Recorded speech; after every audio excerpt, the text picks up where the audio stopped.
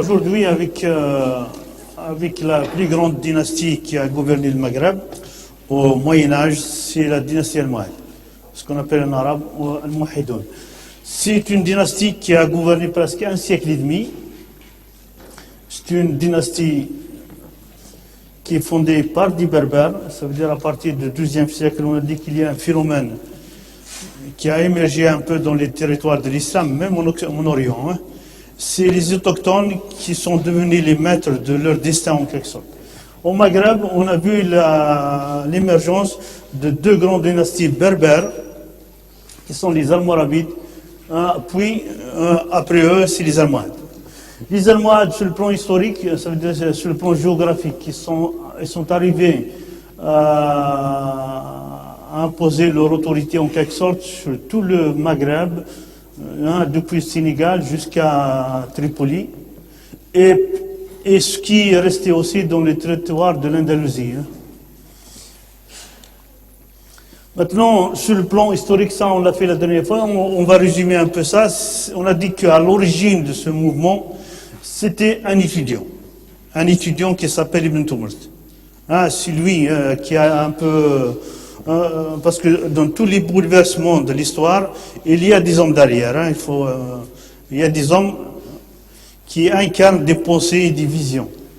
Et lui, il avait cette vision. Lui, à l'âge de 20 ans, il voyait déjà loin. Et après sa formation, qui a passé 10 ans dans les voyages entre l'Andalus et l'Orient, il est revenu dans le but de réformer. Tajdid. Aujourd'hui, on parle beaucoup du mot tajdid, mais on ne sait pas qu'est-ce qu'il veut dire par là.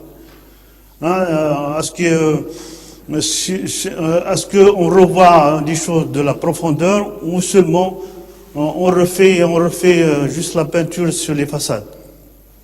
Le mot tajdid, il est plus profond dans l'histoire. Et lui, il était un peu versé dans les sciences théologiques et philosophiques de l'époque. Il faisait la synthèse de tous les courants de pensée de l'époque. De l'ash'arisme, du chiisme, et tous les courants de pensée. Et il a créé en quelque sorte une nouvelle philosophie qu'on n'arrive pas aujourd'hui même à la comprendre dans ce détail. Et à partir de là, qui dit, et ça aussi c'est la science, son but. Le but de la science, c'est pas d'avoir un diplôme. C'est changer le monde. Si vous regardez un peu les hommes de science, si on essaie de comprendre les choses, c'est pour les changer. Sinon, ça sert à rien. Parce que les choses d'hier, ils ne servent à rien aujourd'hui. Le monde, il est en mouvement. Ça veut dire, si on essaie de le comprendre, c'est pour le changer. Ça veut dire la science, si on le fait dans sa vraie dimension, c'est automatiquement il va changer le monde. On ne se retrouve jamais avec un diplôme ou derrière un bureau. Un intellectuel, c'est pas ça. Les grands hommes qui ont fait des théories, c'est des hommes engagés, dites engagés. Ça veut dire ils étaient dans l'avant-garde des grands changements de la société. C'est pour cela qu'ils ont élaboré des théories. Et lui-même, il avait cette vision de changer le monde. Et à partir de là, il a formé le premier noyau du changement lorsqu'il est revenu à Marrakech, dans un débat scientifique qu'il y a eu avec les savants almoravides. Ils n'étaient pas capables de le confronter. Il était tout seul, mais il avait une certaine manière de voir la philosophie, de voir la théologie, ce qu'on appelle ilm al-kalam. Et à partir de là, il s'est réfugié un peu dans les montagnes et la formation a commencé. Là, on raconte qu'il a même enseigné la population locale avec du berbère, ça veut dire avec la langue locale. Il était un homme stratège, ça veut dire qu'il utilisait tous les moyens pour arriver à son but. Il a créé le premier noyau dans un ribat. Et là, et parmi ses compagnons qui a rencontré là à Bijaya, c'était Abdelmoumen ibn Ali, qui va devenir son successeur. Et il est mort en 1130, il Et là, c'est son successeur Abdelmoumen qui va prendre un peu les rênes du pouvoir. Et là, déjà, la confrontation avec les Almoravides a commencé. Hein. Et la confrontation, ça a duré presque 50 ans. Hein, c'est une génération. Hein. C'est pas, ces choses-là, on ne les change pas du jour au lendemain. Il y a la notion du temps, il est importante. Mais il avait comme vision d'unifier le Maghreb. Là, on l'appelle même ce qu'on appelle le Munajjimin, Kadab al-Munajjimouna ou Sadaqo, comme on dit en général. Hein? Mais avant déjà le mouvement almohade, il a commencé sa naissance, les astrologues, ils voyaient déjà ce qu'on appelle Sahib al-Dirham al-Murabba. Ça veut dire, puisque lui, lorsqu'il va devenir roi, il va frapper la monnaie de forme carrée. C'est pas de forme circulaire. Et les astrologues, ils voyaient déjà les signes qu'il y a un grand État qui va unifier le Maghreb. Et ils sont arrivés à entrer Marrakech, qui est la capitale. Toujours l'État s'incarne dans une capitale, ce qui est le cœur en 1147. Maintenant, sur le plan historique, c'est une dynastie qui a gouverné longtemps, hein, ça veut dire presque un siècle. Il a connu plusieurs califes. Mais la phase la plus importante de cet état-là, c'est la première phase, hein, c'est la phase de naissance. C'est la phase d'Abdelmoumen et de ses deux fils, Yaqub al-Mansour et Yaqub et je crois Mansour, hein, c'est les deux fils. Et là, c'était la période florissante un peu de cet état-là sur le plan politique. C'est la période, il y avait du succès sur le plan, il y avait la bataille d'Alarcos qu'ils ont gagnée contre les chrétiens, contre le monde chrétien en Andalousie en 1185. Et sur le plan de la civilisation, c'est la phase aussi des grands savants. C'était la phase d'Ibn Rushd. Ibn Rushd, il a vécu un peu la même période. Hein. Il est mort en 1198, Ibn Rushd. C'était le Qadi al-Qudat, c'était ce qu'on appelle Qadi al-Qudat, c'est le chef des Qadi. Il était aussi le médecin du roi. Et c'est lui qui a transmis un peu la philosophie grecque en Europe après. Et c'est la période aussi de Ibn Tufayl. J'espère que vous connaissez au moins ces noms-là. Rien. Et c'est la période aussi d'Ibn Arabi, le grand savant philosophie mystique, c'est Ibn Arabi. Et c'était une phase un peu florissante sur le plan intellectuel hein, du Maghreb. Et le point un peu le plus loin de la courbe, c'était en 1212. Et là, les Almohades, ils ont perdu une bataille, ce qu'on appelle la bataille de l'Uqab, contre le monde chrétien. Et là, cet grand empire, et malheureusement, c'est un phénomène un peu de la nature. Hein. Ça veut dire, comme disait Ibn Khaldun, ça veut dire dans chaque création, il y a en lui les signes de la grandeur, de l'évolution, mais en même temps de sa vieillesse. Hein, ça veut dire, on se détruit soi-même. De l'intérieur, c'est pas de l'extérieur. Et à partir de là, cet état-là, il commence la régression, hein, de revenir en arrière. Et bien sûr, il y a beaucoup de phénomènes. Il y a des luttes après. À la fin de la dynastie, on a déjà, en 1232, on a commencé à abolir un peu le dogme de l'État, le dogme de l'infaillibilité du Mahdi, qui était la philosophie un peu de l'État, hein, on l'a laissé de côté, plus les rivalités politiques. C'était le début un peu des grands problèmes qui va vivre le Maghreb. Et à partir de là, cet grand État, il va se disloquer en 3 États, qui sont les Hafsides, les Abd el-Wadid et les Mérinides. Hein, ils vont partager un peu ce gros gâteau sur le territoire. Maintenant, sur le plan, on a dit que sur le plan de civilisation, c'est intéressant de revoir un peu l'histoire du Maghreb à partir de ce moment-là. C'était le moment Comme disait Malik Ben Nabi, c'est le point. On a commencé à entrer dans l'hibernation. Amli Tekdis. Ça veut dire on a perdu en quelque sorte notre élan intellectuel. Hein? Et après, vous connaissez un peu l'histoire, c'était la colonisation jusqu'à aujourd'hui. Et tout le débat aujourd'hui, normalement, qu'on doit poser sur tous les plans, hein, sur le plan idéologique, sur le plan politique, sur le plan économique, sur le plan même de l'éducation. Hein, sur le plan de l'éducation, c'est la pédagogie et tout ça. Ça veut dire qu'il faut revenir à ce moment-là. Il faut revenir en quelque sorte à cette date pour comprendre un peu ce qui s'est passé après.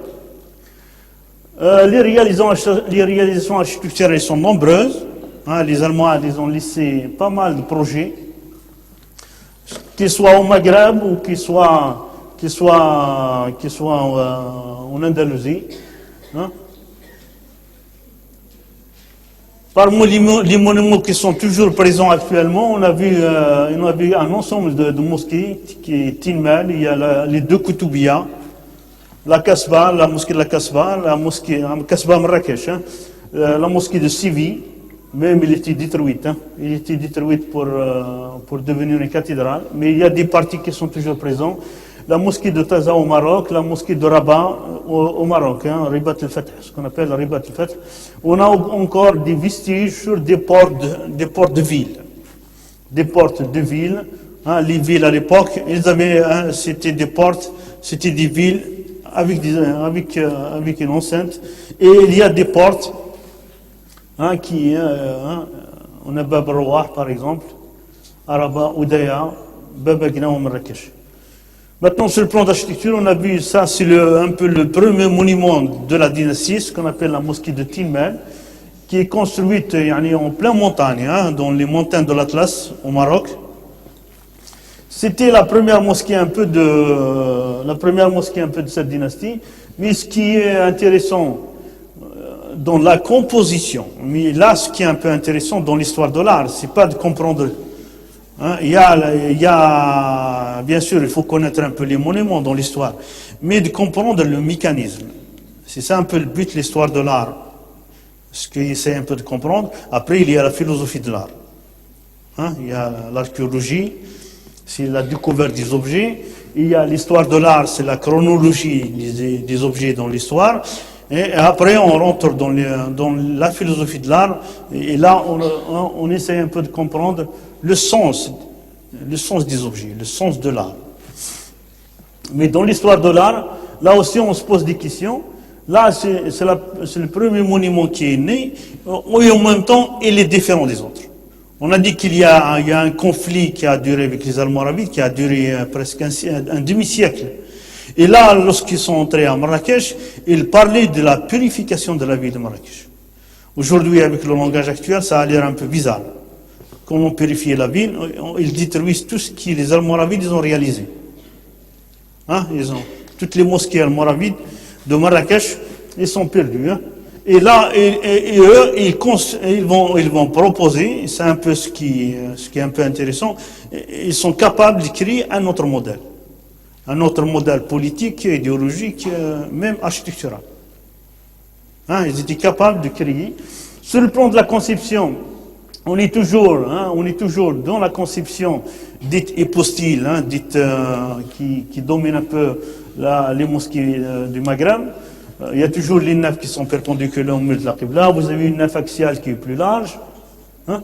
Et ce qui est intéressant là, les Almohades, ils vont reprendre un élément de l'histoire qui a duré déjà presque 2 siècles avant. Hein. C'est un phénomène qu'on a vu avec les Fatimides. Hein. C'est la présence de cette nef au mur de la Qibla, avec la présence des coupoles devant le mihrab et les coupoles extrêmes. Ça, c'était un élément qu'on a vu à la mosquée de l'Azhar, qui est fondée par les Fatimides, la mosquée de l'Hakam. Hein, il y a ce phénomène-là, et là, on assiste en quelque sorte à un retour d'un élément de création qui a duré déjà, et ça aussi, c'est un phénomène compliqué à expliquer.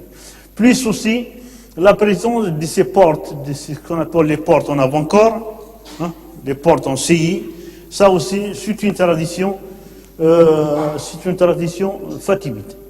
Il y a aussi ça dans la conception globale, mais lorsqu'on regarde un peu le détail, même dans la décoration, hein, dans les éléments hein, qui sont petits, il y a un changement. Hein, il y a un changement. On a vu là, c'est un peu, hein, ça c'est un peu les images de l'extérieur. Les portes aussi, on a dit que ces portes-là, il y a trois de côté, hein, de l'est à l'ouest. Il y a une de côté du mur de la Qibla. Là aussi, il y a un phénomène un peu bizarre de cette mosquée, que le minaret, elle est dans le mur de la Qibla. Elle est derrière le mihrab. Et ça, on ne sait pas pourquoi, parce que même dans les autres mosquées almohades, il n'y a pas ce phénomène. Et on l'a trouvé juste dans cette mosquée-là. Voilà, sur le plan un peu des matériaux, vous regardez un peu, c'est une architecture un peu qui sort du sol en quelque sorte. Hein. C'est des matériaux locaux, plus l'utilisation de la brique. Là aussi, il y a la présence de la brique. Voilà un peu la décoration qui est austère, ce qu'on appelle la décoration dite géométrique. Il n'y a pas un excès dans la décoration comme on l'a trouvé chez les Almoravides, où il y a la décoration florale, elle est importante. Par contre, là, c'est une décoration à base des entrelacs, à base géométrique, hein, qui fait référence un peu à l'austérité, à la simplicité aussi. Hein. Voilà ce qui reste un peu, le décor, les trois dômes à Muqarnas en stuc de la travée du mur de la Qibla reposent sur 4 trompes à Muqarnas. 8 Muqarnas de la zone supérieure soutiennent un dôme étoilé à 8 pointes. Ça, c'est une des mosquées, une des coupoles à Muqarnas de la mosquée. On a dit qu'il y a 3 coupoles, une devant le mur devant le mihrab et le 2 dans les extrémités. Et ça, c'est une des coupoles à Muqarnas de cette mosquée-là, hein, qui est couverte par de la toiture en tuile, hein, ce qu'on a vu tout à l'heure. Voilà, le deuxième monument important de cette dynastie, ce qu'on appelle la mosquée de la Koutoubia. La mosquée de la Koutoubia, le Koutbiya, on l'appelle le Koutbiya en arabe. Pourquoi on l'appelle Koutbiya? La ville de Marrakech a été fondée par les Almoravides. Hein. Si on regarde un peu le plan de la ville, les corporations dans la ville, ils étaient hiérarchisées. Vous avez là au milieu, c'était la mosquée. À côté de la mosquée, on a des métiers nobles en quelque sorte. Hein, on le trouve, les gens qui vendent des livres, les parfums. Et à chaque fois, on se dirige vers la périphérie de la ville, là où on trouve des métiers en quelque sorte sales, en quelque sorte, hein, nuisants. Hein, comme les teintureries, par exemple, hein, les gens qui font de la teinture, les gens qui travaillent le fer, par exemple, ils sont à l'extrémité de la ville. Là, ça veut dire qu'il y a les corporations de la ville, ils étaient hiérarchisés. Là, puisque dans la mosquée, il y a la mosquée d'origine même, de la mosquée almoravide, il y a à côté une librairie, Mektaba. C'est pour cela qu'il a pris son nom, le Koutaybiya, hein, la mosquée de la Koutoubia. Là, il y a une histoire un peu bizarre de cette mosquée-là. On l'appelle les 2 Koutoubia. Il y a 2 mosquées. Il y a la première mosquée. Hein, ça, c'est une vue qui... il y a ce qui reste, c'est le poteau. On voit le mur de la Qibla, là. Ça, c'est le mur de la Qibla de la première Koutoubia. Mais lorsqu'ils ont terminé la Koutoubia, ils ont constaté qu'il était mal dirigé à la Mecque. Hein, il n'était pas dans la bonne direction. Ils ont fait des erreurs de calcul. Là, qu'est-ce qu'ils ont fait? Ils ont détruit la première Koutoubia. Ils ont construit une autre de l'autre côté. Et le mur de la Qibla de la première Koutoubia, il est devenu le mur nord de la deuxième Koutoubia. Hein? Et là, bien sûr, lorsqu'ils ont reconstruit la mosquée, ils ont corrigé en quelque sorte. Hein, la première Koutoubia, le premier plan, il était là, comme ça, perpendiculaire à cette ligne. En corrigeant ce plan-là, ils ont ajouté ce triangle, en quelque sorte. Hein, pour que cette mosquée, cette direction-là, hein, il se dirige vers la Qibla. Maintenant, ça, est-ce que c'est logique avec les données actuelles de détruire une mosquée qui est mal dirigée? Parce qu'on a vu même les Omeyyades de Cordoue, leur mosquée était mal dirigée. Hein. Là, un peu, les Almoravides, les Almohades, ils étaient un peu intransigeants avec ce point. Là, le plan maintenant, si vous regardez un peu le plan, ça c'est la deuxième Koutoubia qui est toujours présente actuellement à Marrakech. Hein. On est toujours dans une mosquée à des nefs qui sont perpendiculaires au mur de la Qibla. On a cette travée au mur de la Qibla qui est toujours présente. Mais là, on n'a pas 3 coupoles, ce qui est le cas de Tilmen, mais on a presque 5 coupoles. Il y a la coupole devant le mihrab, on a une là, une là, une là, une là. Hein, ça veut dire, les portes, c'est le même un peu principe, c'est des portes aussi à l'extérieur, avec une cour hein, qui est entourée de galeries, en nombre de 4, et dans le coin nord, en quelque sorte, ils ont ajouté le minaret. Le minaret de la Koutoubia, il fait partie des 3 grands minarets almohades. Le minaret de la Koutoubia, il y a le minaret de Hassan et le minaret de la Giralda, ce qu'on appelle le minaret de la Giralda de Séville. Ça veut dire le mosquée de Séville. Voilà une axonométrie un peu de cette mosquée. Là, on voit un peu. La première mosquée, il était là. Hein. Actuellement, ce qui reste, c'est juste les traces des poteaux. Et la deuxième, voilà le mur de la Qibla de la première, c'est le mur nord de la deuxième. Hein, on a toujours le minaret, on a toujours la ligne 9 qui sont dirigées vers le mur de la Qibla, qui sont indiquées par la forme de la toiture, et la travée devant le mihrab, devant le mur de la Qibla, qui est mis en valeur par ces 5 coupoles. Hein. La coupole qui est au milieu, qui est dans l'axe, puis 2, un de l'autre côté et 2 de ce côté. C'est le même principe qu'un peu de la mosquée de Tilmen qui est reprise là. Là, c'est vu un peu de l'extérieur. Hein, c'est à partir du minaret qu'on a pris cette... Là, vous voyez même la nef, la travée devant le mihrab, elle est mise en valeur par même sa toiture, hein, qui est plus haute, et dans le sens perpendiculaire des toitures des nefs qui se dirigent vers le mur de la Qibla. Lieu, c'est le Marrakech, construite en 1160 et 1195. Les matériaux de construction, vous avez la pierre, la brique et le bois, et la décoration aussi, il y a la céramique, le plâtre, le bois. Périmètre de la salle de prière, il fait dans 305 mètres. On a vu que le plan il n'est pas régulier. Hein, tout le périmètre, il fait dans les 305 mètres. Vous avez la cour, il fait dans les 46 x 18, 75. Et le minaret, il fait dans les 69, 50, hein, presque 70 mètres. Hein, avec une base qui fait dans les 12 mètres 80. Hein, 12 mètres 80. Hein, vous imaginez un peu ces réalisations qui datent de l'époque. Hein, on ne va pas les voir selon les données actuelles. Hein. Déjà aujourd'hui, c'est des constructions énormes. Hein. Et ça, c'est des constructions qui sont réalisées au XIIe siècle. La mosquée de Koutoubia, dit libraire en français, fut construite après la chute des Almoravides et l'entrée glorieuse des Almohades dans la capitale Marrakech en 1147. Ça veut dire une fois ils ont purifié la ville, ils sont devenus les maîtres de la ville, et ils ont initié la construction de ces édifices religieux.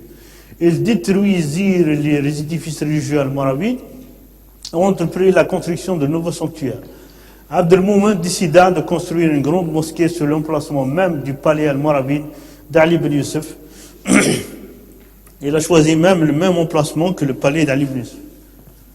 La Koutoubia a connu 2 grandes phases de construction. De la première fondation mal orientée par rapport à la Mecque, Ne reste que quelques vestiges. La seconde phase, bâtiment actuel, reprend le même plan et un minaret est érigé dans l'angle nord-est.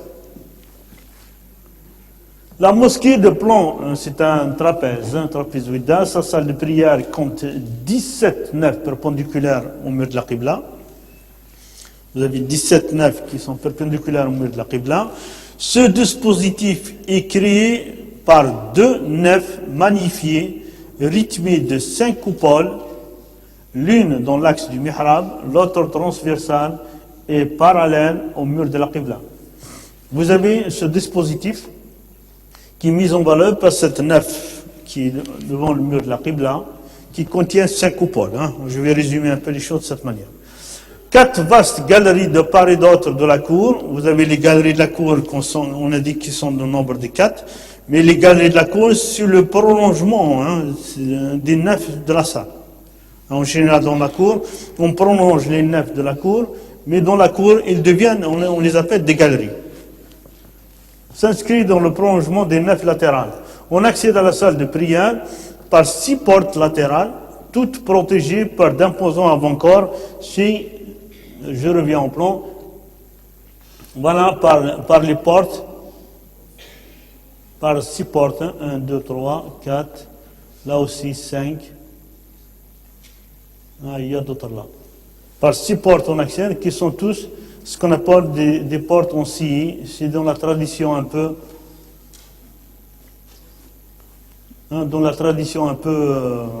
de Tilmel et celle des Fatimides. Le bihrab au centre du mur qibli est constitué d'une niche qui s'ouvre par un arc en fer à cheval. On est un peu dans le mihrab de la mosquée de Cordoue, qui reste la référence au Maghreb.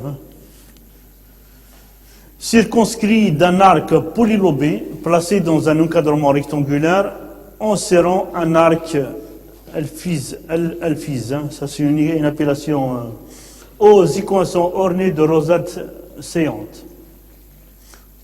Les arcs de la nef transversale et le dernier arc de la nef axiale sont ornés de muqarnas.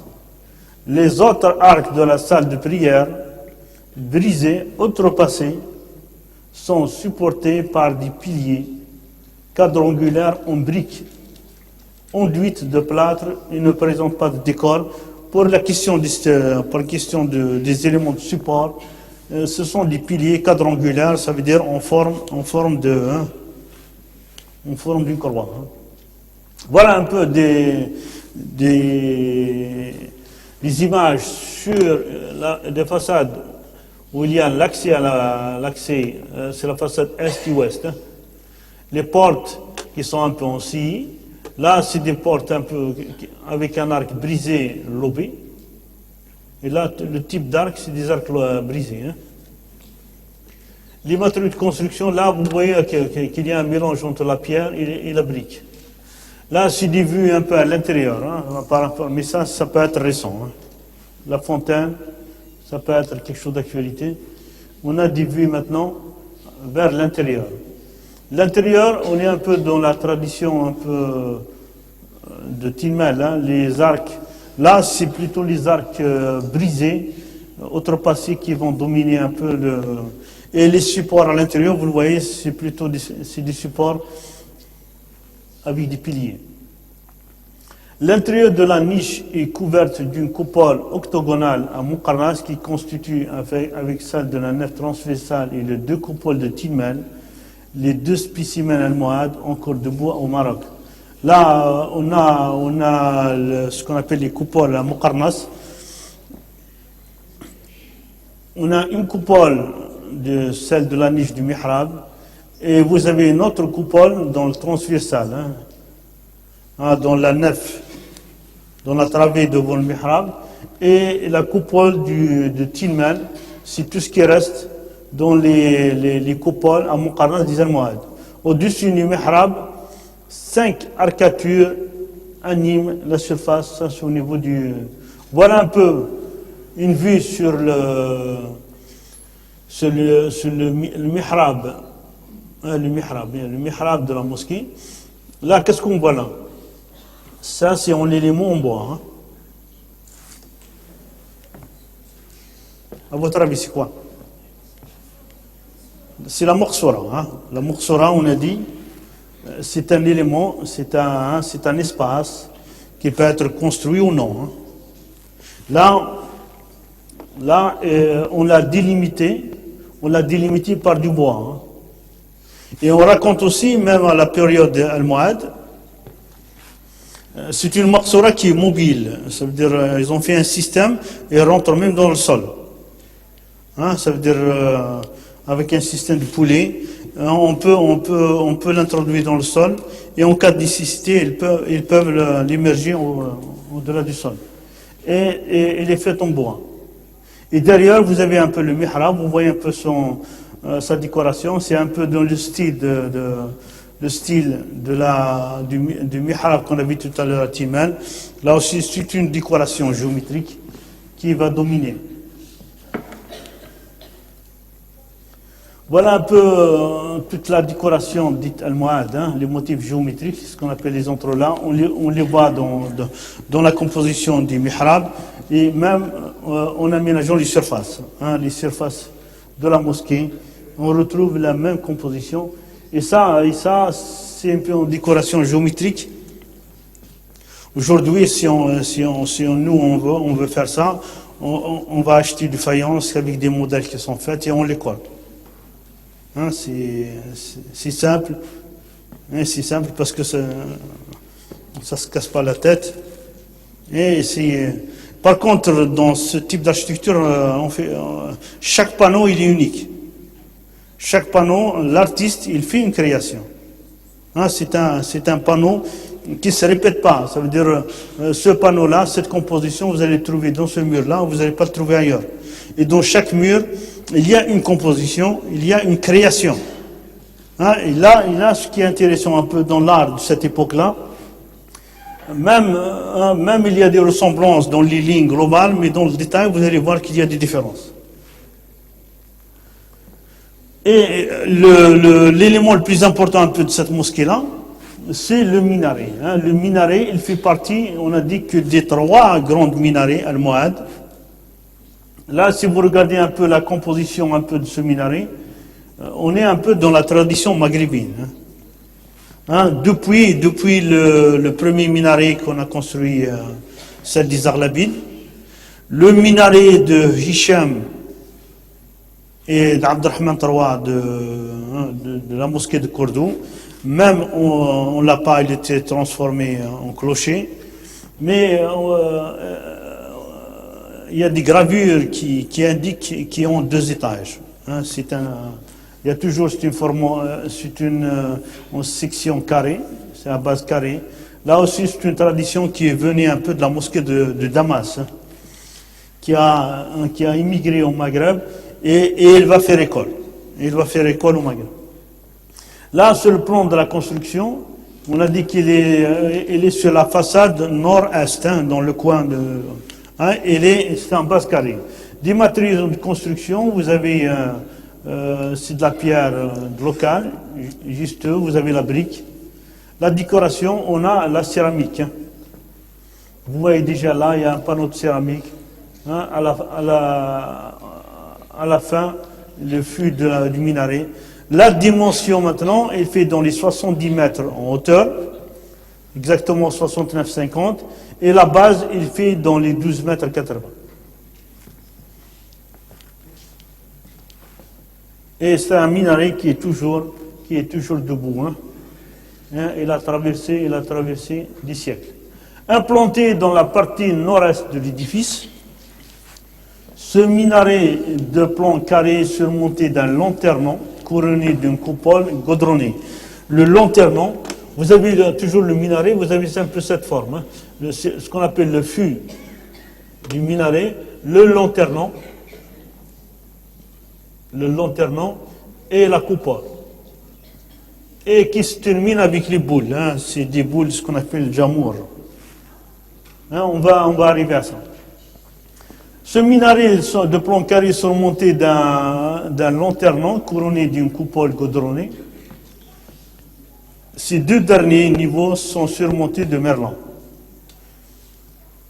Son noyau central est constitué de 6 chambres superposées. Si on essaie un peu de faire une coupe à l'intérieur, c'est un ensemble de chambres qui sont superposées, entourées d'une rampe inclinée et rectiligne. Hein, on va voir tout à l'heure dans un modèle, ça veut dire à l'intérieur, on monte, c'est pas à partir d'un escalier qu'on a, ce qu'on a vu par exemple à la mosquée des Hamadites, c'est des marches. La mosquée aussi, le minaret de Kérouan, c'est des marches. Là, c'est plutôt, c'est une rampe. Maintenant, pourquoi la rampe? Premièrement, la dimension, elle est énorme. Vous avez un côté qui fait 12 mètres. En plus, il y a une autre raison pour ça. Laquelle?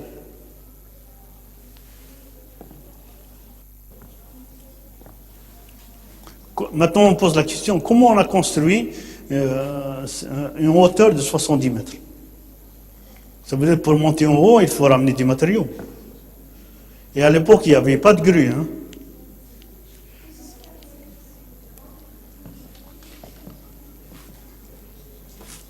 Ça veut dire, ce qui est intéressant dans ces monuments-là, ça veut dire qu'il y a le côté architectural, d'accord, de composition, mais il faut se poser la question aussi, comment on les a construits? Avec les données de l'époque, hein, c'est pas... Actuellement, si on pose cette question sur les pyramides, par exemple, on ne sait pas. Avec toute notre technologie actuellement, on ne sait pas comment on a construit les pyramides.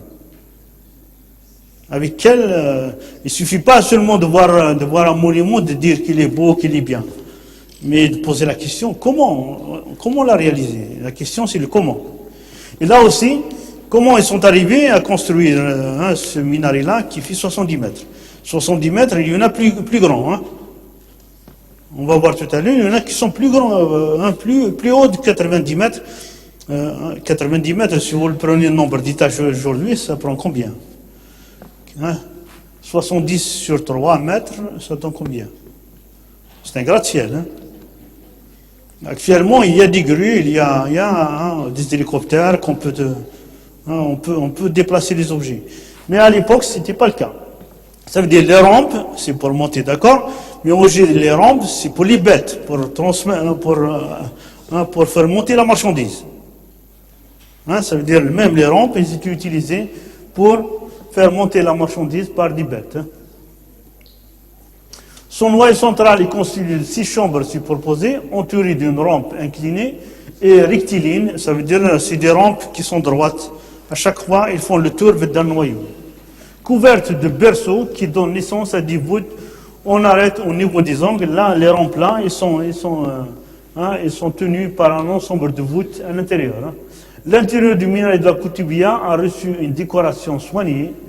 Plusieurs salles sont magnifiques d'une coupole. Ça veut dire même dans le minaret lui-même, il y a des salles qui sont décorées. Hein. Là aussi, ce type de minaret, c'est pas vraiment fonctionnel. Hein. C'est le côté symbolique plus que la fonction.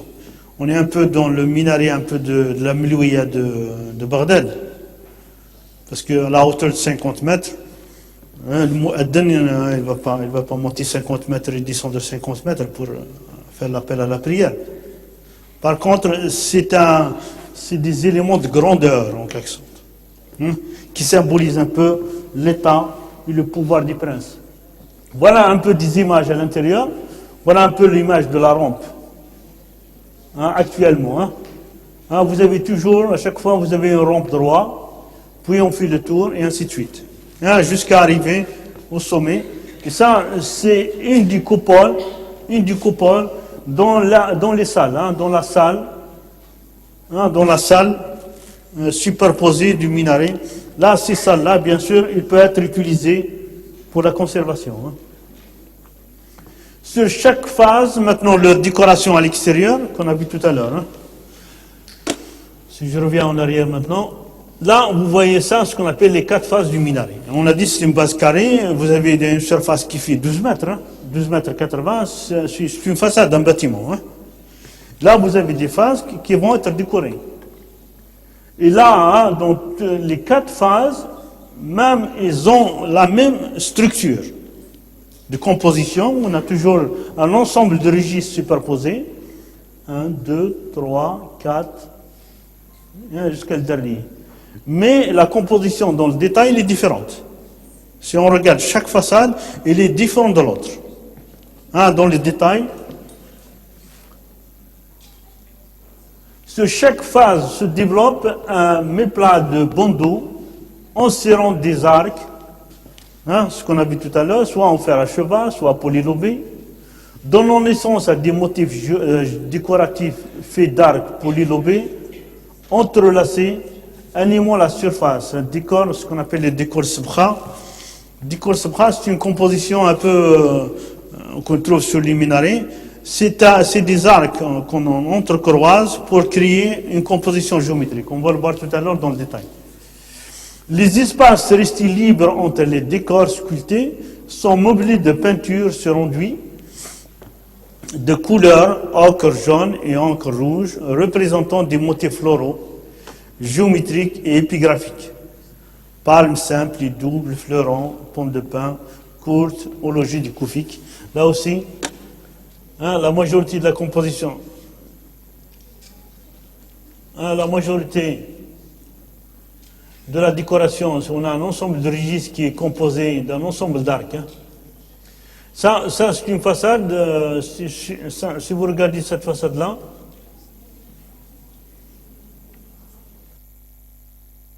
hein, voilà par exemple, voilà une image d'une façade. Vous voyez, même il y a la même composition un peu dans les grandes lignes, mais vous regardez, il y a des différences. À chaque fois, il y a des différences. La majorité de la partie basse, c'est d'une décoration à base des arcs. Et la partie supérieure, c'est une décoration à base de mosaïque. Hein, composition géométrique avec des carreaux de céramique. Hein. Ce qu'on appelle là la décoration dite sabkha. Voilà, je reviens. Ce qu'on appelait là la décoration sabkha, c'est une composition à base des arcs. Là, par exemple, cette composition qui est géométrique, ça a l'air un peu compliqué, mais si on fait un peu le schéma géométrique derrière, c'est un ensemble d'arcs qu'on a entrecroisés. Hein, et ça a donné une forme, et c'est comme un tapis en quelque sorte. Hein. Mais à son origine, c'est des arcs. Le décor du minaret est réparti sur 5 registres. Là, vous avez 5 registres. Les façades sont percées sur plusieurs étages de fenêtres, jumelées. Hein, là, c'est le cas de là. Encadré des arcs aveugles. C'est quel cadre que par exemple là? Ça, c'est un arc aveugle. Et des fois, il y a des fenêtres qui donnent de la lumière à l'intérieur. Et vous avez toujours un ensemble de registres. Hein, un bas, 2, 3, 4 et 5.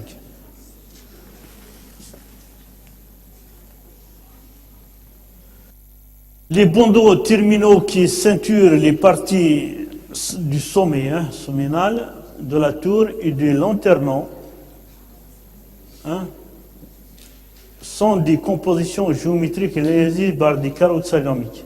Hein, cette partie, le sommet du fût et le sommet de lanternon, il est décoré par des carreaux de céramique blanc et vert. Hein.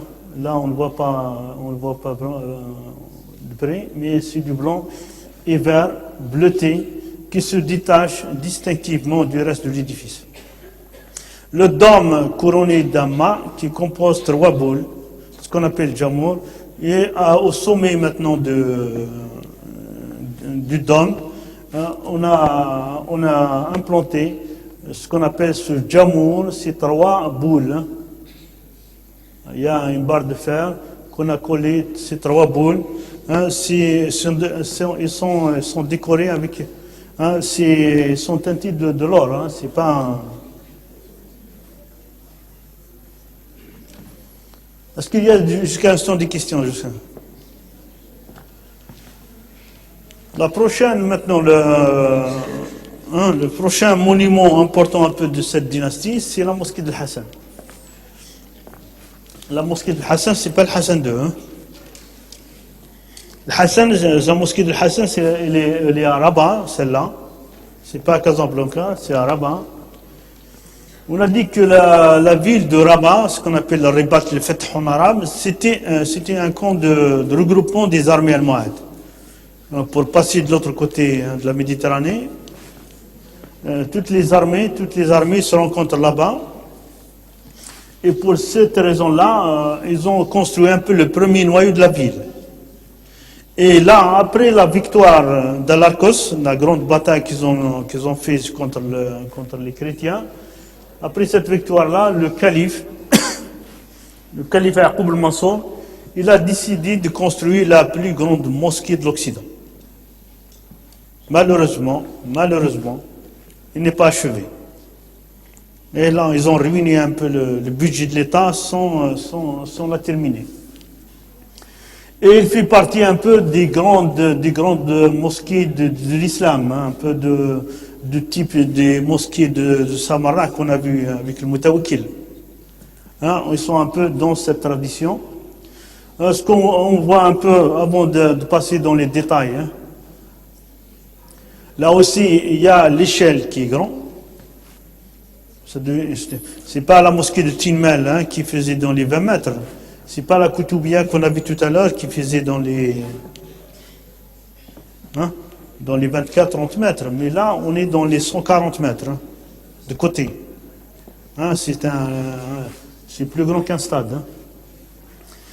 Mais dans la logique de composition, on est toujours dans les nefs qui sont perpendiculaires au milieu de la Qibla. Dans ce sens-là. On a du côté du mihrab cette travée, c'est pas en réalité une travée, ça devient 3 travées. Ça veut dire qu'ils ont doublé tout. Hein? Ça veut dire, mais c'est le même schéma, c'est le même principe. Là, cette nef du côté du mur de la Qibla, il devient 3. 3 travées du côté du mur de la Qibla. Mais il y a un élément important. Là, vous avez le minaret qui est, on reprend, il est dans l'axe de la nef axiale. On le voit déjà qui est plus large. De ce côté-là, il y a ce qu'on appelle, on voit la trace des escaliers. Les escaliers, ça veut dire que le terrain n'est pas plat. Hein, ça veut dire qu'il y a une dénivelé quelque part. Et si on regarde bien maintenant le plan, il y a ces 2 éléments. Hein, ça, on les voit pour la première fois. Et à votre avis, c'est quoi? C'est des cours. Là, puisqu'on a des grandes surfaces, maintenant, ils ont pensé à aérer ces espaces-là. C'est pour cela qu'ils ont introduit, en plus de la cour des mosquées qu'on voit toujours, 2 autres cours. 2 autres cours hein, dans la salle de prière, qui est énorme sur le plan de la surface. C'est ça, c'est pour des raisons d'aération. Voilà un peu une vue actuelle. Malheureusement, on a dit que cette mosquée-là, elle n'est pas achevée. Elle n'est pas achevée. Elle n'est pas achevée. On a le minaret qui va devenir en quelque sorte c'est le plus grand minaret. Parce que sa base, il fait dans les 16 mètres. Hein? Et il n'est pas achevé hein, complètement. Là, même le calife, il a regretté en quelque sorte de commencer ça parce que ça a bouffé beaucoup d'argent, mais ils ne sont pas arrivés. Mais ça aussi, c'est des erreurs un peu de la grandeur aussi. Hein. Et actuellement, on a une forêt de poteaux à l'intérieur. Et là, on va le voir tout à l'heure, les supports, c'est des colonnes. Hein. Tous les supports sont des colonnes. On a des traces du mur extérieur. Le mihrab, il est là. Voilà, la nef axiale, actuellement, elle est un peu tracée. Ça, c'est un peu des pistes des touristes actuels. Hein.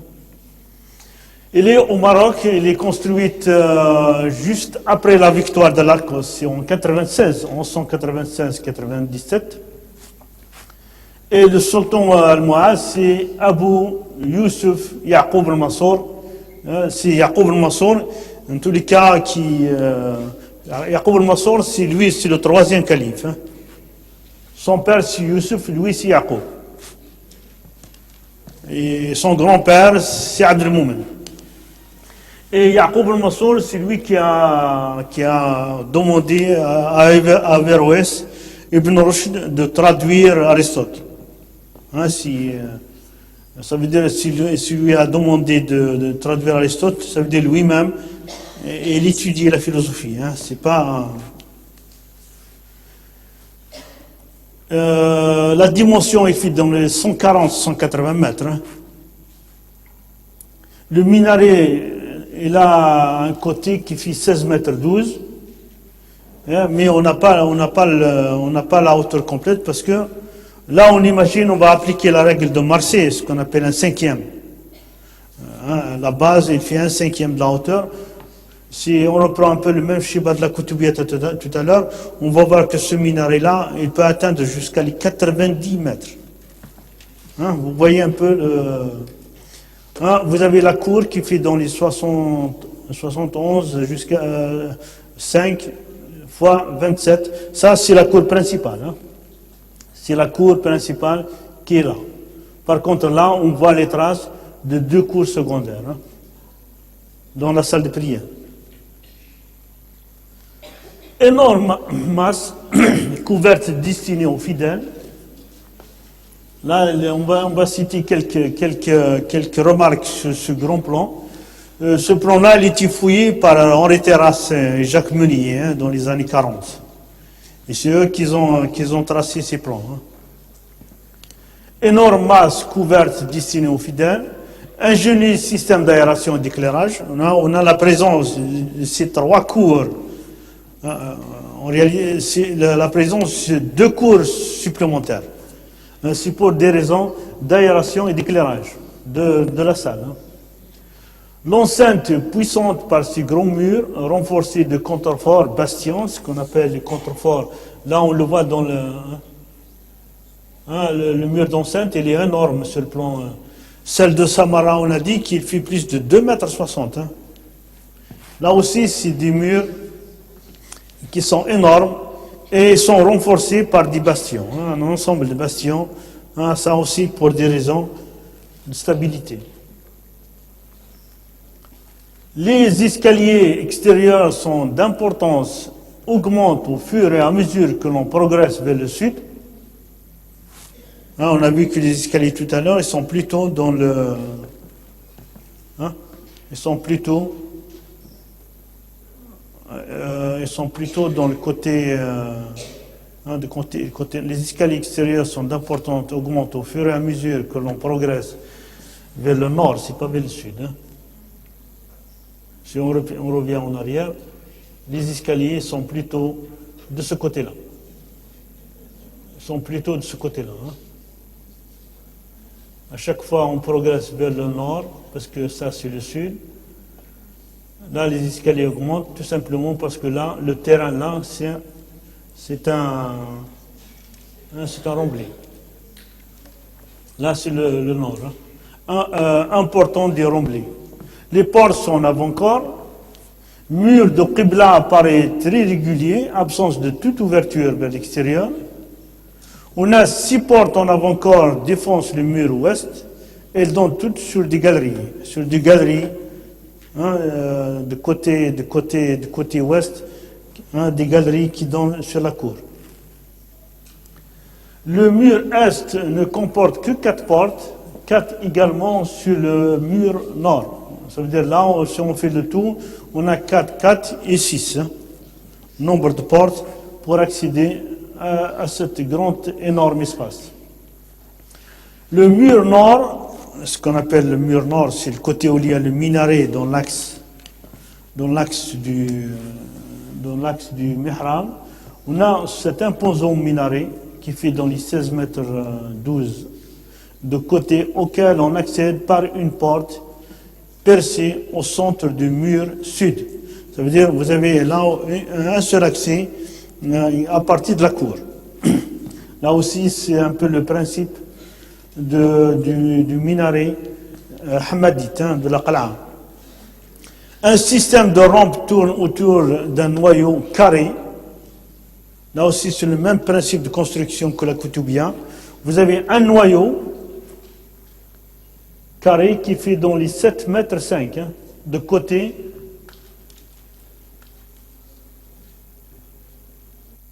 Déjà, le noyau central, c'est un peu le principe aussi là, c'est le principe un peu du gratte-ciel qu'on va reprendre après. Hein. Parce que les gratte-ciel, c'est quoi? Sur le plan de structure, vous avez un noyau central hein, qui tient les planchers. C'est système, un noyau central, là aussi c'est le même principe. Vous avez le noyau et vous avez la structure périphérique. Et au milieu, vous avez les rampes, les espaces libres qui peuvent être. Là, c'est un principe un peu qui va être repris pour la construction des gratte-ciel du XXe siècle. Hein. Et le carré là, central, il fait dans les 7 mètres, hein, c'est déjà énorme. Hein. Le noyau central est creux et il renferme une chambre carrée de 3,5 de côté. Hein, ça veut dire le carré le central il fait dans les 7,5 et à l'intérieur vous avez une chambre qui fait dans le 3,5. Ça veut dire la différence c'est 4 mètres. 4 mètres, ça veut dire les murs, c'est des murs de 2 mètres. Hein, ce noyau central, il est composé de murs qui font une dimension de 2 mètres. Le long de la Qibla, vous avez 3 nefs latérales. Ce n'est pas une nef qui longe le mur de la Qibla. On a vu sur le plan, il y a 3. Déterminent par 2 lignes d'arcade reposant sur des colonnes occupant un espace qui fait dans les 22 mètres. Hein. Ça, c'est juste les 3 travées du côté du mur de la Qibla. Ils font dans les 22 mètres fois 138. Une nef transept les coupe perpendiculairement au cœur, au leur centre. Hein. Dans le sens inverse, maintenant, c'est travées du mur de la Qibla. Au milieu, vous avez cette nef perpendiculaire hein, qui les coupe pour créer une coupole. Hein. Mais on n'a pas, malheureusement, la 3D de la mosquée. Hein. De part et d'autre de la nef axiale, on compte 10 nefs. Hein. Ça veut dire vous avez en total 21 nefs totales. Hein. Vous avez 10 plus la nef axiale. Ça veut dire 21 nefs en total. Celle de la mosquée de Cordoue, lorsqu'on l'a terminée, ça atteint 19 nefs. Il y avait 11, on a ajouté 8. Là, vous avez déjà 21 nefs totales. Mais on a les dimensions qui sont différentes. Hein. Les 2 extrêmes étant plus larges. Ça veut dire là où il y a, on va ajouter les coupoles. On est toujours dans le même un peu schéma. La présence de plusieurs coupoles dans la travée devant le mihrab. Dans l'autre sens inverse, vous avez 18 travées est-ouest sur l'espace que 2 cours orientés, nord-sud, ailleurs, espace vide, qui fait dans les 48 mètres, 48 fois 17. Ça veut dire ça, c'est les 2 cours qu'on a ajoutés hein, pour aérer l'espace à l'intérieur. Et ces cours-là, vous regardez, ils sont déjà, hein, sur le plan de la dimension, ils sont importants. Ils font dans les 48 mètres fois 17.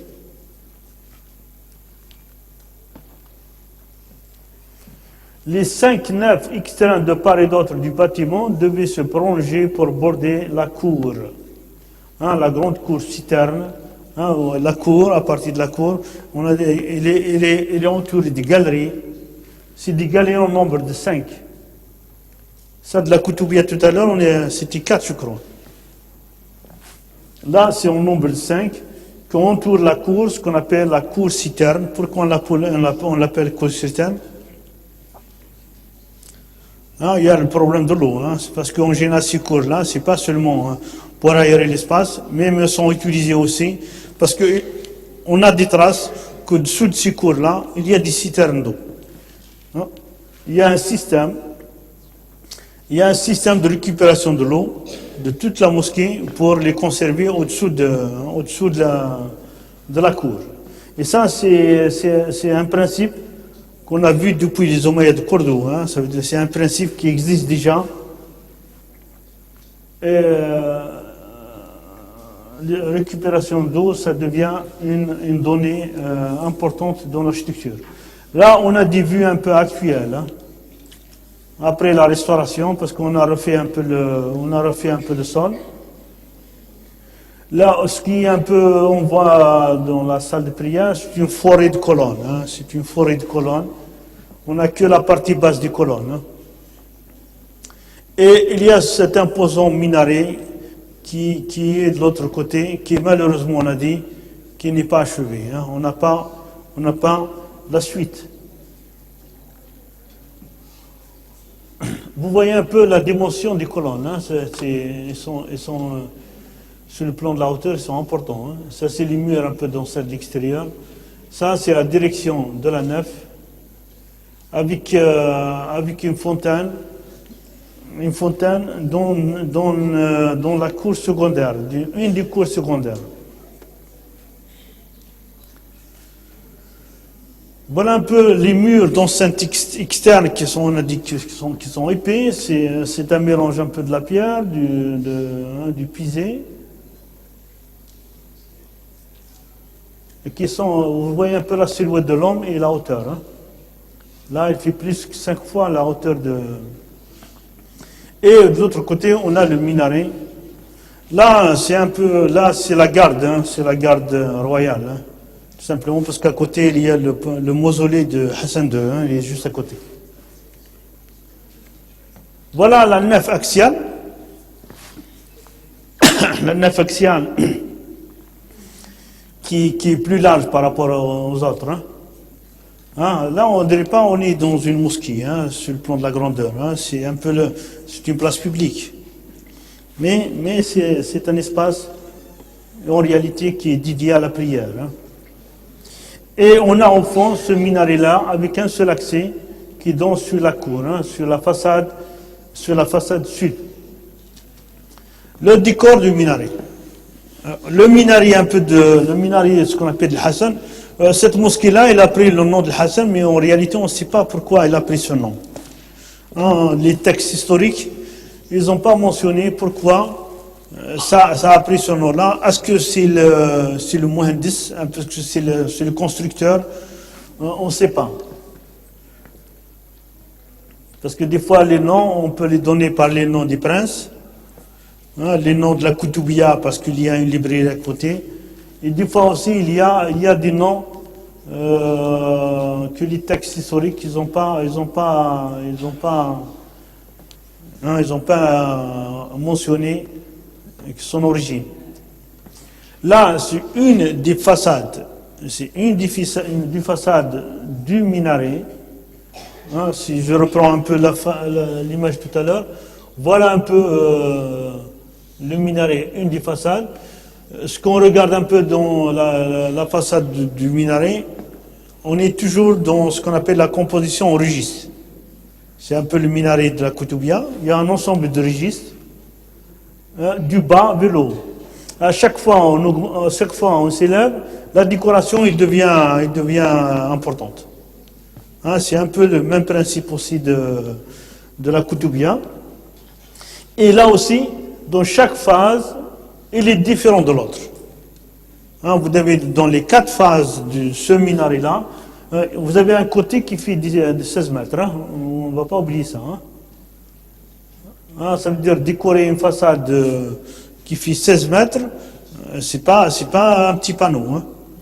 C'est pour cela, même la décoration, il aura un autre sens.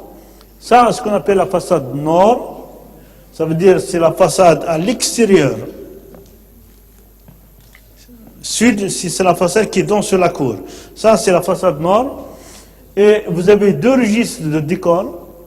Le premier, du sol, est complet. Le second est tronqué à sa partie supérieure. Hein. Si on revient en arrière, là, vous avez 2 grands registres. 2 grands registres. Ça, c'est la façade sud, mais dans le même principe.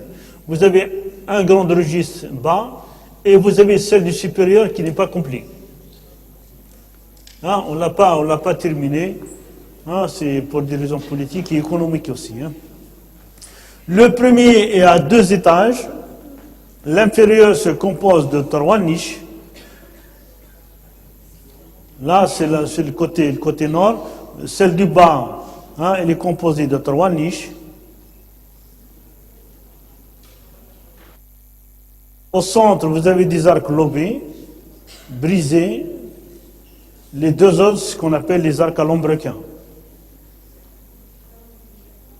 C'est des arcs à lambrequin. Hein, les arcs à lambrequin se composent un peu d'une autre façon. Hein. Vous avez un ensemble. Là, vous voyez sur le plan des ces terminaisons, vous voyez le livre de Rachid Bourouiba, l'art de l'islam en Algérie, je crois. Hein. Il y a ce livre-là, il est disponible au niveau de la bibliothèque d'Abou Daoud. Il va vous donner toute la définition de ces termes. C'est Rachid Bourouiba, c'est un archéologue. C'est l'art islamique en Algérie, quelque chose comme ça. Mais en tous les cas, vous le trouvez dans le fichier informatique.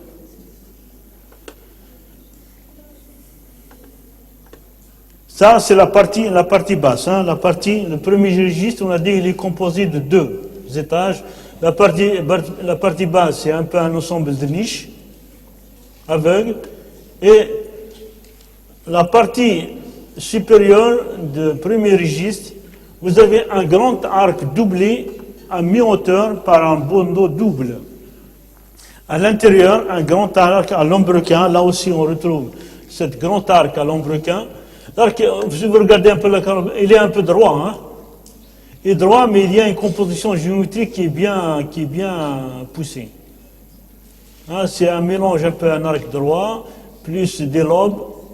Hein, vous pouvez trouver la définition exacte de cet arc-là dans ce livre. Hein.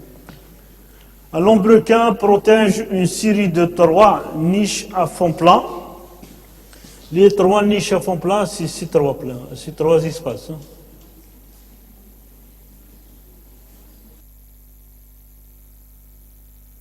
Celle du centre aveugle, les 2 autres percées de fenêtres en arc lobé reposent sur des colonnettes. Là, c'est celle du milieu, elle est aveugle. Par contre, les autres, c'est des fenêtres qui sont supportées par des colonnes, plutôt des colonnettes. Ça, c'est le premier, on a dit, c'est le premier registre avec 2 étages. Et ça seulement dans la façade nord. Hein. Si on reprend dans les autres façades, dans les grandes lignes, c'est un peu la même composition. Il y a toujours un ensemble de registres, mais dans le détail, ils sont différents. Maintenant, dans la partie supérieure, le grand registre supérieur est un réseau d'entrelacs de lignes courbes et droites, déterminant une multitude de lignes en losange recticurvilines.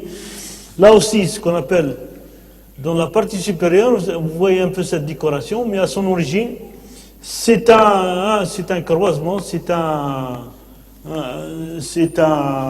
des entrelacs qui sont formés avec un ensemble d'arcs, de lignes, de courbes et droites déterminant une multitude de lignes en losange recticurvilines.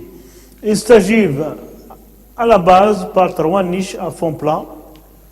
Ces niches sont en arc lobé, sur forme brisée, outrepassée, reposant sur des colonnes. Dans cette décoration, il se termine par ces 3 arcs avec des colonnes à l'origine. Hein, et ça, là. Ça, c'est la partie supérieure de ce minaret. Voilà un peu une autre image, hein, une autre image de ce minaret. Une autre image de ce minaret. Là c'est une autre, mais vous regardez, ça c'est la façade est ou ouest. Vous regardez, il y a toujours un ensemble de registres. Le premier registre avec 2 étages et vous avez un registre supérieur. Mais là, si vous regardez un peu les détails de l'intérieur, ils sont différents par rapport à ce qu'on a vu tout à l'heure. Voilà un peu la décoration dite Sibra. Dite Sibka, c'est Sibka. De cette partie qui est au-dessous, cette partie-là, qui à son origine, c'est un ensemble d'arcs qu'on a entrecroisés pour créer cette géométrie. Ça, c'est le 2e minaret, c'est le plus grand minaret de la dynastie almohade, qui on a dit que malheureusement, il n'est pas achevé. Il y a toute la partie supérieure, le fût n'est pas terminé, plus le lanternant. On imagine qu'il y a, ils ont prévu la coupole, plus ce qu'on appelle le jamour, jusqu'à sa fin. Ça veut dire, lorsqu'ils ont réalisé ça, on se pose les questions à ce qu'ils ont fait des plans. Et en réalité, pour réaliser des chefs-d'œuvre de cette manière, ça veut dire il faut avoir une référence, sinon on n'a pas l'aboutissement. Ça veut dire, dès le départ, ils avaient des schémas, ils travaillaient avec des schémas, avec des maquettes. Il y a aussi l'utilisation avec les maquettes. Le troisième plus grand minaret un peu de cette dynastie, c'est ce qu'on appelle la Giralda de Séville. Le minaret de la Giralda de Séville.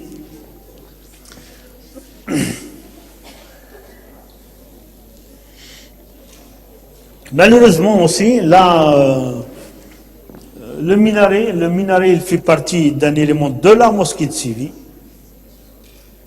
puisque la mosquée, elle était détruite pour faire place à une cathédrale. Une fois la ville elle est tombée dans les mains des chrétiens, ils ont transformé la mosquée en une cathédrale. Et ce qu'il reste de la partie musulmane, vous avez juste la partie basse du minaret, plus un mur, ce côté de ce mur-là, cette galerie de murs de cette mosquée. Le reste c'est une construction chrétienne. Et actuellement, il est toujours, Séville actuellement en Espagne, ce minaret-là, il est toujours présent. Vous avez on voit déjà la différence de décoration.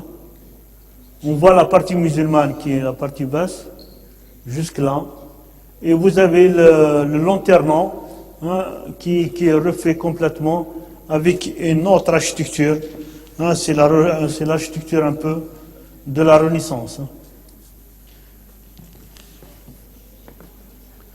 Là, la Giralda, elle est à Séville en Espagne. La période de réalisation, c'est un peu la même période. C'est 1180-84, ça veut dire il y a 10 ans avant de commencer celle de la mosquée de Hassan. Et 1198. Le matériau de construction, c'est plutôt la brique. Le destinataire qui a ordonné la construction, c'est Abu Yaqub Youssef. Ça veut dire c'est le deuxième calife. Et son fils, Yaqub al-Mansur. C'était la période florissante un peu de l'État. Jusqu'à Yaqub al-Mansur, on est dans la phase importante de l'État, en général jusqu'à 1212. La date elle est simple à tenir. 1212, où ils ont perdu cette bataille contre le monde chrétien. Les auteurs, l'architecte, on a des noms qui sont cités par les textes. On a Ahmed ibn Basso et Ali de Gomara. On a quelques noms qui sont cités par les historiens, qui étaient les auteurs, les architectes un peu de ce monument. Les dimensions de côté, c'est 14 mètres. On a vu celle de la Koutoubia, il fait 12 mètres et quelques. Celle de la mosquée de Hassan, il fait 16 mètres et quelques. Là, il fait 14 mètres 85. La hauteur actuelle, ça veut dire avec la modification, il fait dans les 97,50. Ça veut dire avec les modifications chrétiennes. La partie almohade conservée, il y a 50 mètres. Jusqu'à 50 mètres, il est d'origine musulmane. Il est d'origine almohade. Et vous avez la partie supérieure maintenant, à partir de là, il est chrétien. Voilà ce qui reste un peu de cette mosquée. La mosquée de Séville, il fait partie aussi des grands mosquées almohades qu'ils ont construits à Séville. Séville, un peu, c'est c'est la capitale de la province de l'Andalousie. Hein. Parce que les Almohades, ils ont réparti un peu leur territoire à un ensemble de régions. Et dans chaque région, il y a une capitale régionale, ce qu'on appelle la capitale régionale. Et Séville, c'était la capitale de l'Andalousie. Hein. Voilà un peu la mosquée. On a essayé de la restituer, la mosquée, hein, parce qu'actuellement, on ne l'a pas. C'est un peu dans la mosquée de la tradition almohade. Hein. Mais ce qui reste actuellement, vous avez le minaret qui est là, et vous avez ce mur, hein, qui reste dans l'architecture musulmane, mais le reste, il est les chrétiens actuellement. Le minaret, c'est un minaret à base carrée, on est toujours dans la... Et là, le minaret, ce qu'on constate, il n'est pas dans l'axe de la mosquée. Par contre, ça c'est le sud, le nord, elle est dans la façade est.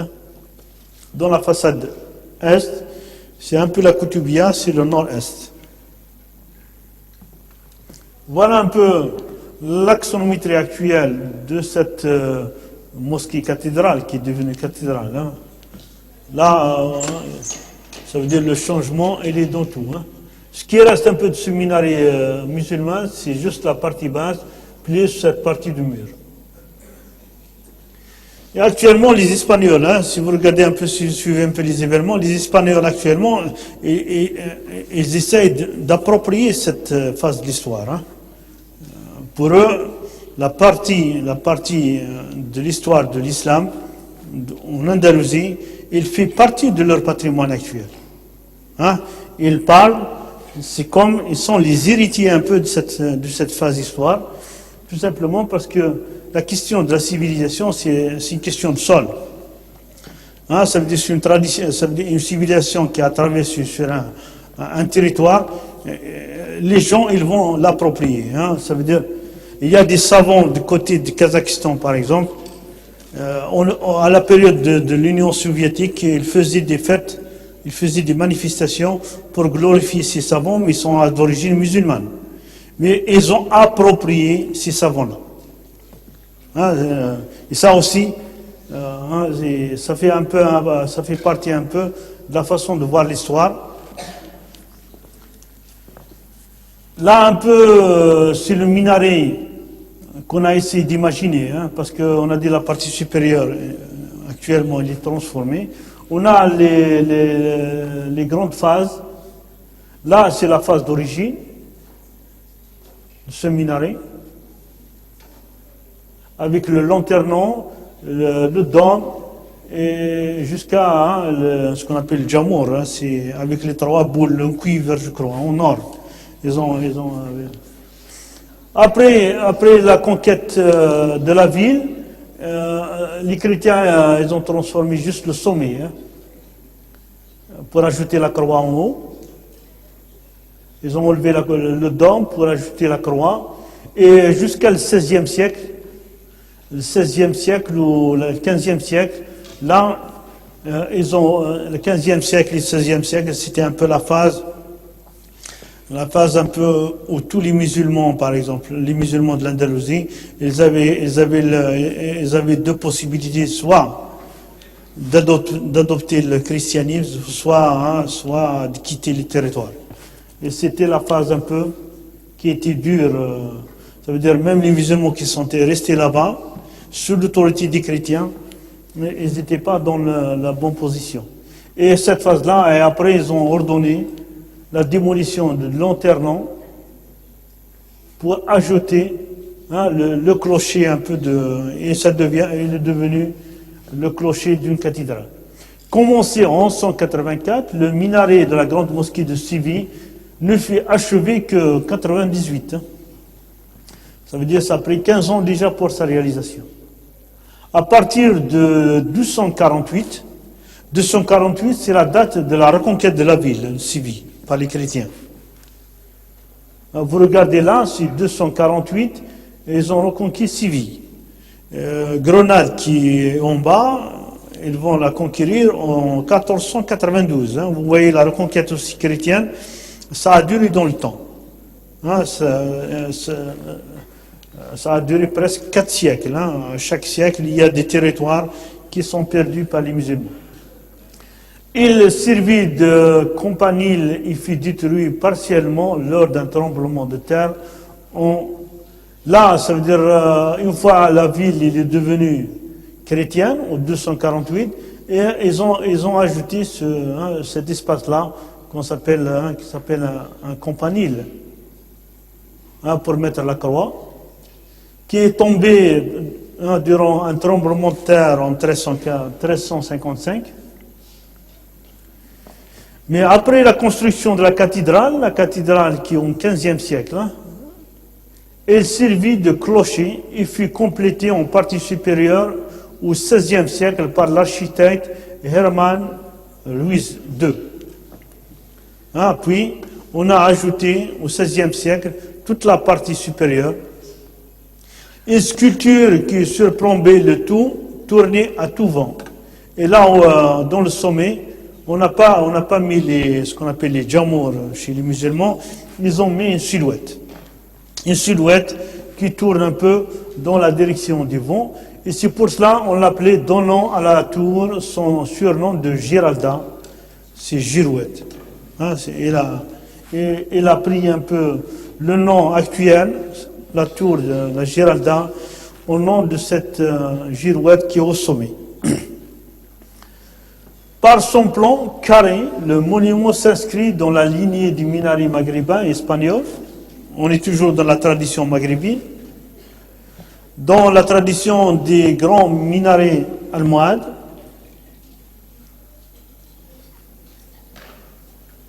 Par son organisation interne, pourtant, la Giralda se distingue de ses antécédents. À l'intérieur, une grande rampe en section rectiligne entoure un noyau central formé de 7 étages voûtés superposés. Cette disposition, récurrente dans les minarets almohades, est celle utilisée à la mosquée de la Koutoubia, à la tour de Hassan, à Rabat. Ça veut dire là, ce qu'on a vu tout à l'heure, même les minarets des almohades, ils sont un peu dans la tradition maghrébine. Par contre, il y a la nouveauté qui est le système de circulation à l'intérieur. Il y a l'invention de ces rampes à l'intérieur. Voilà un peu là, on a un plan un peu détaillé de la section. À l'intérieur, il y a toujours un noyau. Un noyau qui est épaisse, un noyau. Et en son périphérie, on a des rampes. Les rampes, ils sont couvertes avec des voûtes en berceau.